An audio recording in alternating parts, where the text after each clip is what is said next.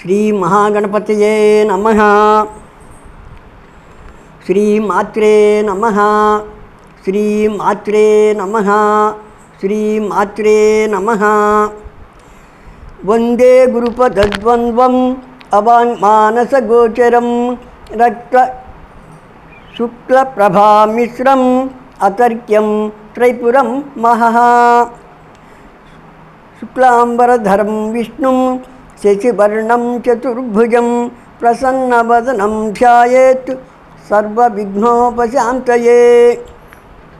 సచ్చిదానందరూపాం తాం గాయత్రీ ప్రతిపాదితాం నమామి హ్రీమయీం దేవీం ధియో నః ప్రచోదయాత్.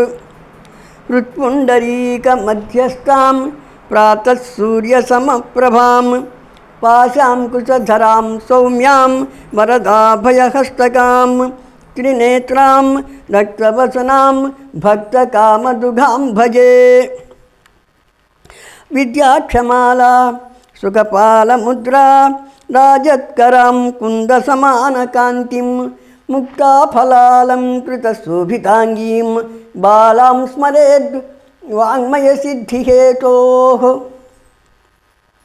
ప్రకాశమానాం ప్రథమే ప్రయాణే ప్రతిప్రయాణేప్యమృతాయమానాం అంతఃపదవ్యామనుసంచరంతీం ఆనందరూపాం అబలాం ప్రపద్యే. నమోస్తు తే వ్యాస విశాలబుద్ధే ఫుల్లారవిందాయతపత్రనేత్ర ఏన త్వయా భారతతైలపూర్ణః ప్రజ్వాలితో జ్ఞానమయ ప్రదీపః. శ్రీ పరదేవతా స్వరూపులరా,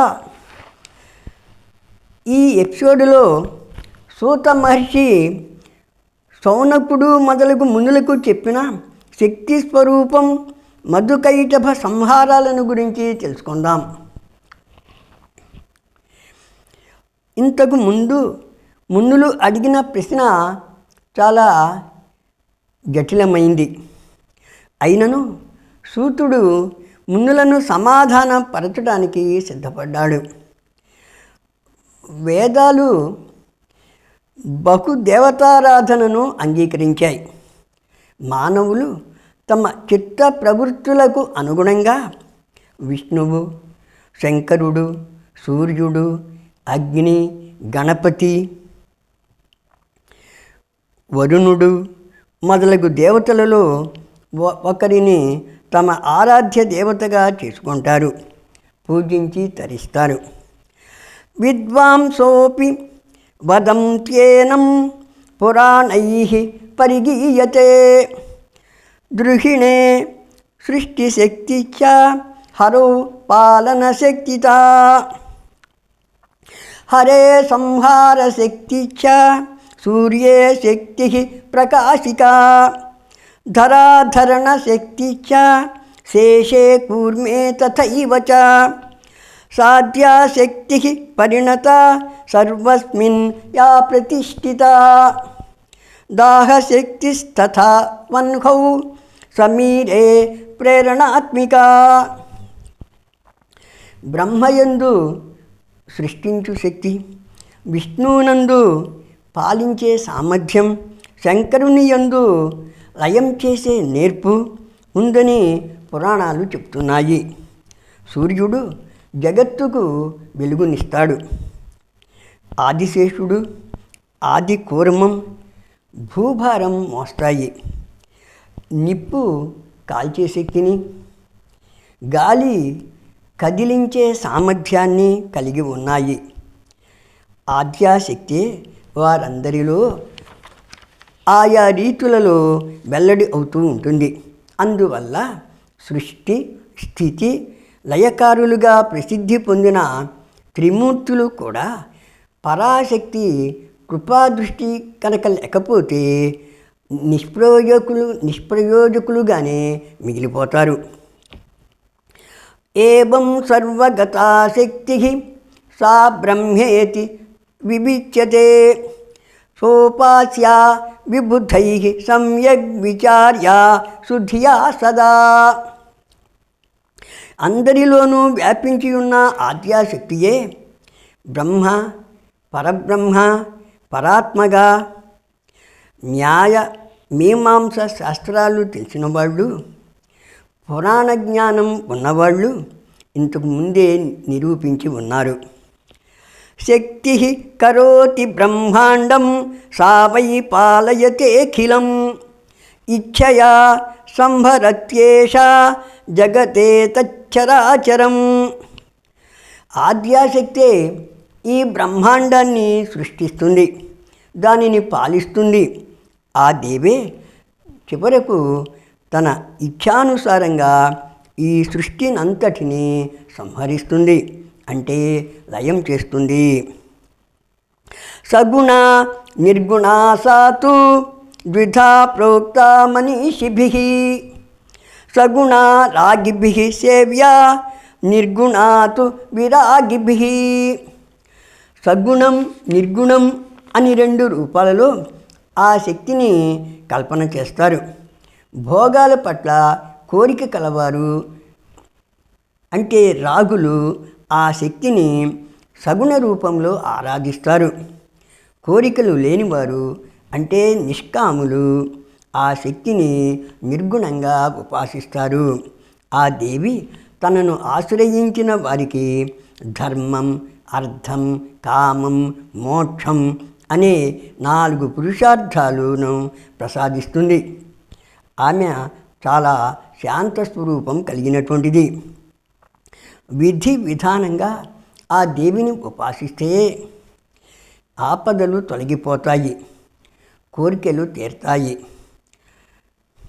సమస్త జగత్తులో ఆద్యాశక్తినే ఎంతో శ్రేష్ఠురాలిగా అంటే చాలా గొప్పదానిగా భావించాలి అని సూత మహర్షి మునులకు ఆద్యాశక్తిని గురించి వివరంగా తెలుపుతాడు. శ్రీ పరదేవతా స్వరూపులారా,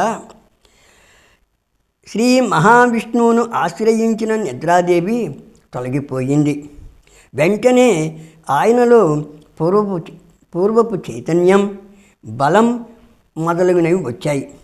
తనను శరణు వేడిన బ్రహ్మను చూచాడు.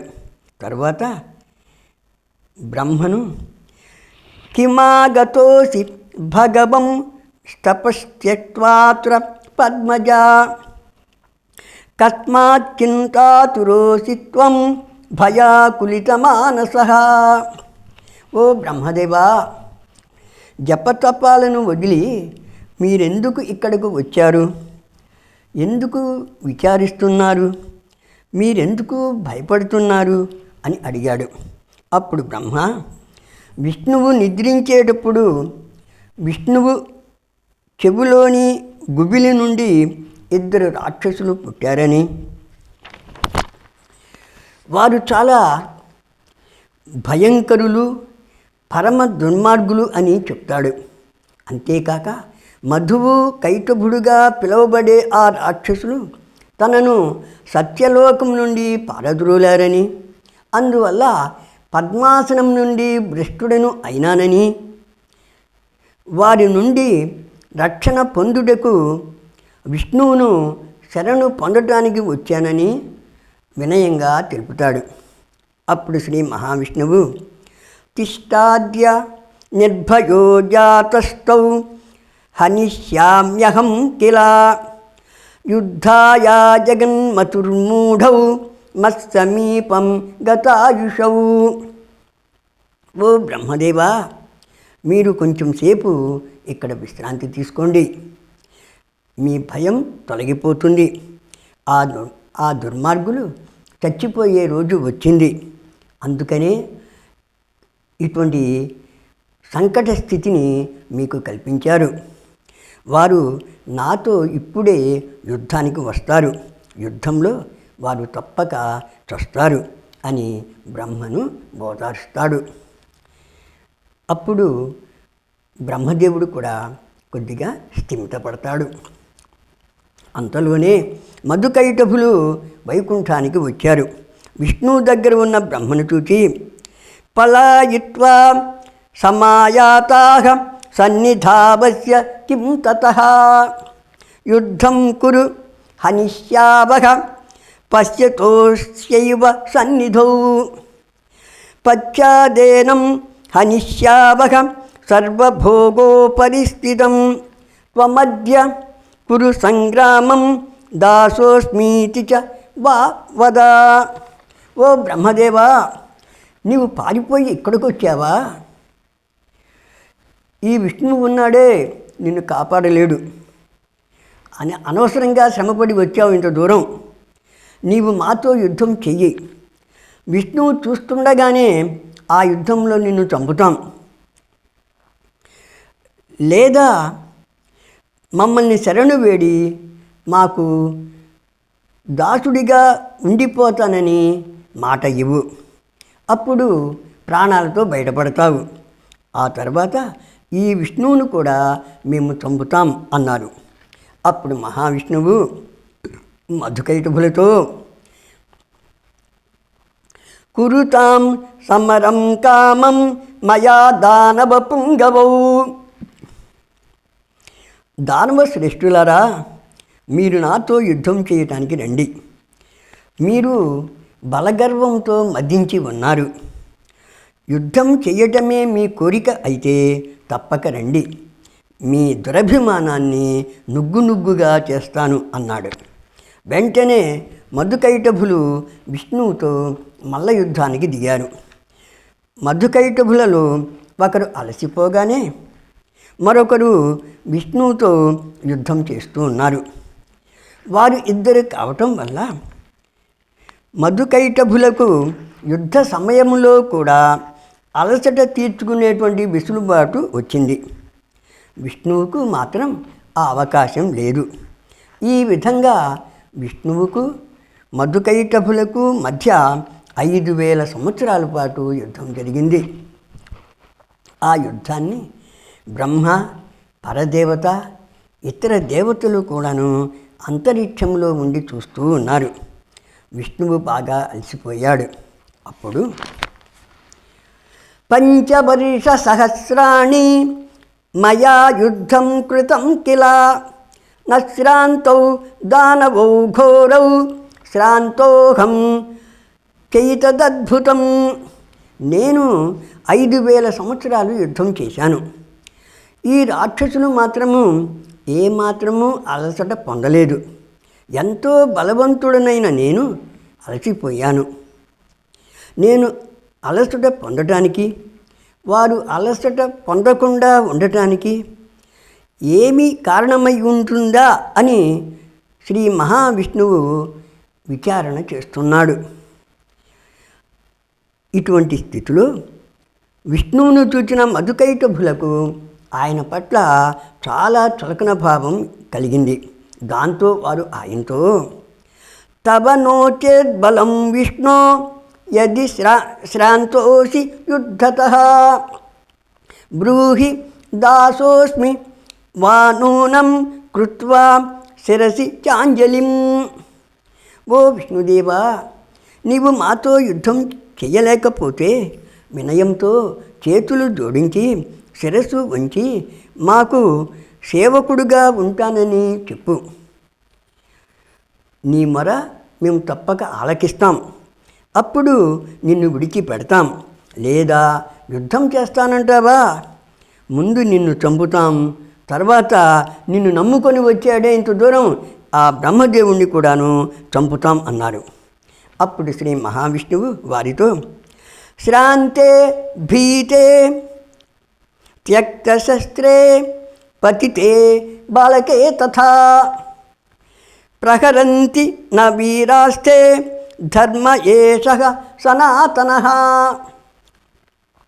అలసిపోయిన వాని మీద, పిల్లల మీద, నేల మీద ఉన్నవాడి మీద వీరులైన వాళ్ళు ఆయుధాలను ప్రయోగించరు. ఇది మన సనాతన ధర్మం. నేనిప్పుడు అలసిపోయి ఉన్నాను.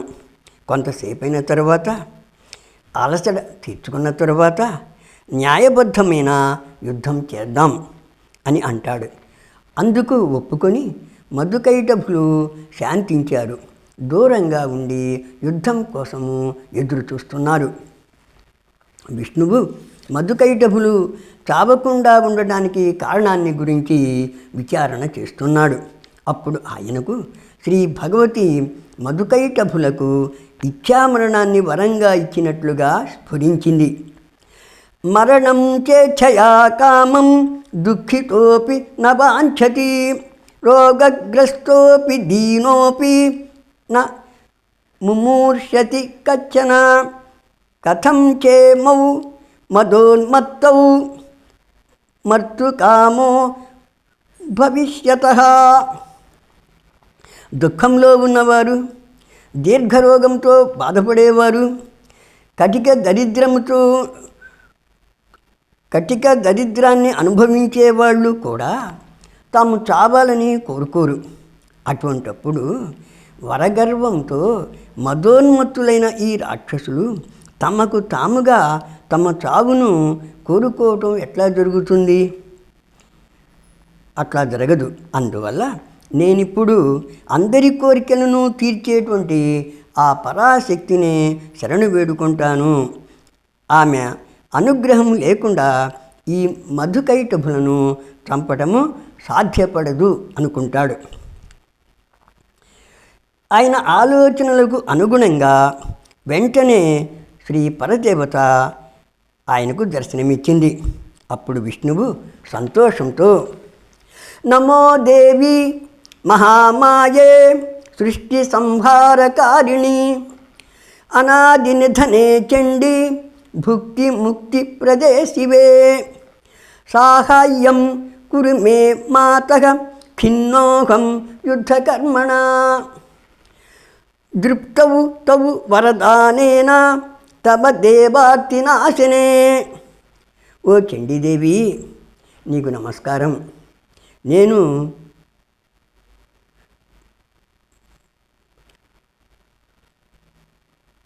మహామాయమైనటువంటి నిన్ను ప్రార్థిస్తున్నాను. నీవు చరాచర జగత్తునంతటినీ లయం చేసేదానివి. నీవు సృష్టికి ముందున్నావు. నిన్ను ఆశ్రయించిన వారికి భుక్తిని ముక్తిని ప్రసాదిస్తూ ఉంటావు. అమ్మా, నీవు నాకు మధుకైటభులతో జరుగు యుద్ధంలో సహాయం చేయవలసింది. నేను అలసిపోయి ఉన్నాను, దుఃఖంతో ఉన్నాను అంటూ అనేక విధాలుగా మధుకైటభులను సంహరించడానికి భగవతి భువనేశ్వరిని అనేక విధాలుగా విష్ణుమూర్తి స్తుతి చేశాడు. భగవతి శ్రీ మహావిష్ణువు పట్ల చాలా ప్రసన్నురాలయ్యింది. ఓ విష్ణుదేవా, నీవు మరలా యుద్ధ ప్రయత్నం చెయ్యి. ఆ యుద్ధంలో మధుకైటభులు ఇద్దరు మోసంతో చస్తారు. మోహయిష్యామ్యహం నూనం దానవౌ వక్రయా దృశ. నా వక్రదృష్టి వల్ల వారు వ్యామోహితులవుతారు. అప్పుడు వారిని నీవు తేలికగా చంపివేయి అని భగవతి విష్ణువుతో అన్నది. భగవతి అనుగ్రహంతో పలికిన మాటలతో విష్ణువుకు నూతన జవసత్వాలు వచ్చాయి. మరలా యుద్ధరంగానికి వెళ్ళాడు. మధుకైటభులు కూడా యుద్ధానికి సిద్ధంగా ఉన్నారు. వారు విష్ణువుతో, చతుర్భుజుడవైన విష్ణుదేవా, నీవు యుద్ధం పట్ల ఎంతో ఉత్సాహంగా ఉన్నావు. మాతో యుద్ధం చెయ్యి.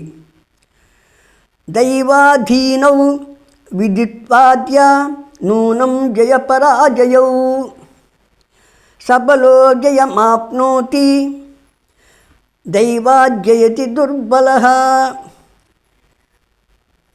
ఓ శ్రీహరి, బలవంతుడు జయిస్తాడు, కానీ అప్పుడప్పుడు అదృష్టవశాన బలహీనుడు కూడాను గెలుపును పొందడం జరుగుతుంది. అందువల్ల మాలాంటి గొప్పవాళ్ళు ఉన్నారే, వాళ్ళు సంతోషానికి విచారాలకు లోను కారు అన్నారు.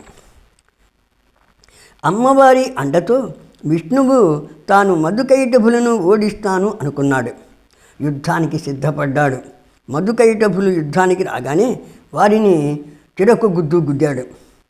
ఆ రాక్షసులు కూడా పిడికిలి గుద్దులతో విష్ణువుని బాగా గాయపరిచారు. పరస్పరం హోరాహోరీగా పోట్లాడుకున్నారు. క్రమంగా విష్ణు భగవానుడు బలహీనుడవుతున్నాడు. అప్పుడు ఆయన దీనంగా భగవతి వైపు చూశాడు. భగవతి కూడా విష్ణు దైన్యాన్ని పసిగట్టింది. జహాసాతీవ తామ్రాక్షి వీక్షమాణ తదాసురౌ తౌ జఘాన కటాక్షై చ కామబాణైరివాపరై.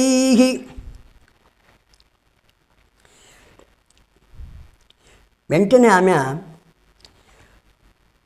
దానవులను చూచి విరగబడి నవ్వింది. ఆమె కన్నులు కూడాను ఎరుపెక్కాయి. మన్మధుని బాణాల వంటి తన చూపులతో అతి శృంగార భావాన్ని తొణికిసలాడించింది. ఆ పాపాత్ములు శ్రీ భగవతి మాయకు పూర్తిగా లోబడిపోయారు. వారు ఆమె సౌందర్యాన్ని చూస్తూ నిశ్చేష్టులయ్యారు. వారి దుర్బలత్వాన్ని శ్రీహరి పసిగట్టాడు. ఆయన మధుకైటభులతో యువయో సదృశ కోపి నదృష్టో నచ వై శ్రుతః తస్మాత్ తుష్టోస్మి కామం వై నిష్ఠులేన బలేన చ. వీరులారా, నేను మీ యుద్ధ కౌశలానికి అభినందిస్తున్నాను. ఇంతకుముందు ఎందరో రాక్షసులతో నేను యుద్ధం చేశాను, కానీ వారు యుద్ధ నైపుణ్యంలో మీకు సాటి రారు. మీరు ఎంతో బలవంతులు కూడా. అందువల్ల నేను మీ పట్ల ప్రసన్నంగా ఉన్నాను. మీరు కోరిన వరాలను తప్పక ఇస్తాను, కోరుకోవలసింది అన్నాడు. ఇంకా మధుకైటభులు పరజోతం మాయలోనే ఉన్నారు. అందువల్ల వారు తమను కోరుకోమన్నది విష్ణువు అని, ఆయన వారికి పరమశత్రువు అనే స్పృహ లేకుండా ఉన్నారు. దాంతో వారు హరే నయాచకా బాబాం త్వం కిం దాతు మిహేచ్ఛసి దదావ తుభ్యం దేవేశ దాతారౌ నౌ నయాచకౌ. ఓ శ్రీహరి, నిన్ను మేము అడుక్కుంటానికి రాలేదు. నువ్వు మాకేమి ఇస్తావు? మేమే నీకు వరం ఇస్తాం. నువ్వు మా యుద్ధ కౌశలాన్ని మెచ్చుకున్నానంటున్నావు. మేము నీ యొక్క రణకౌశలాన్ని అంతకన్నా ఎక్కువ మెచ్చుకుంటున్నాం. చాలా అబ్బురపడ్డాం. అందువల్ల నీకే ఏం కావాలో మమ్మల్ని ప్రార్థించు అని విష్ణువుతో అన్నారు. అప్పుడు విష్ణువు వారిని తయోస్తద్వచనం శ్రుత్వా ప్రత్యువాచ జనార్దనః భవేతామద్య మే తుష్టౌ మమ వధ్యాబుభావపి. ఓ దైత్యులారా, మీరు నా పట్ల ప్రసన్నులైతే, నాకు వరాన్ని ఇవ్వదలిస్తే మీరిద్దరూ నా చేతిలో ఇప్పుడే చచ్చిపోవాలి అని కోరుకున్నాడు. ఆ మాటలతో మధుకైటభులు వారు మోసపోయినట్లుగా గ్రహించారు. అమ్మవారి మాయ నుండి బయటపడ్డారు. ఒక్కసారిగా విచారం పొందారు. అంతలోనే తీరుకొని ఇచ్చిన మాటను కాదనలేక వచ్చిన ఆపద నుండి తప్పించుకునే మార్గం గురించి ఆలోచించారు. ఆ ప్రాంతమంతా పూర్తిగా నీటితో నిండి ఉంది కదా, అందుకని వాళ్ళకప్పుడు ఒక ఆలోచన వచ్చింది.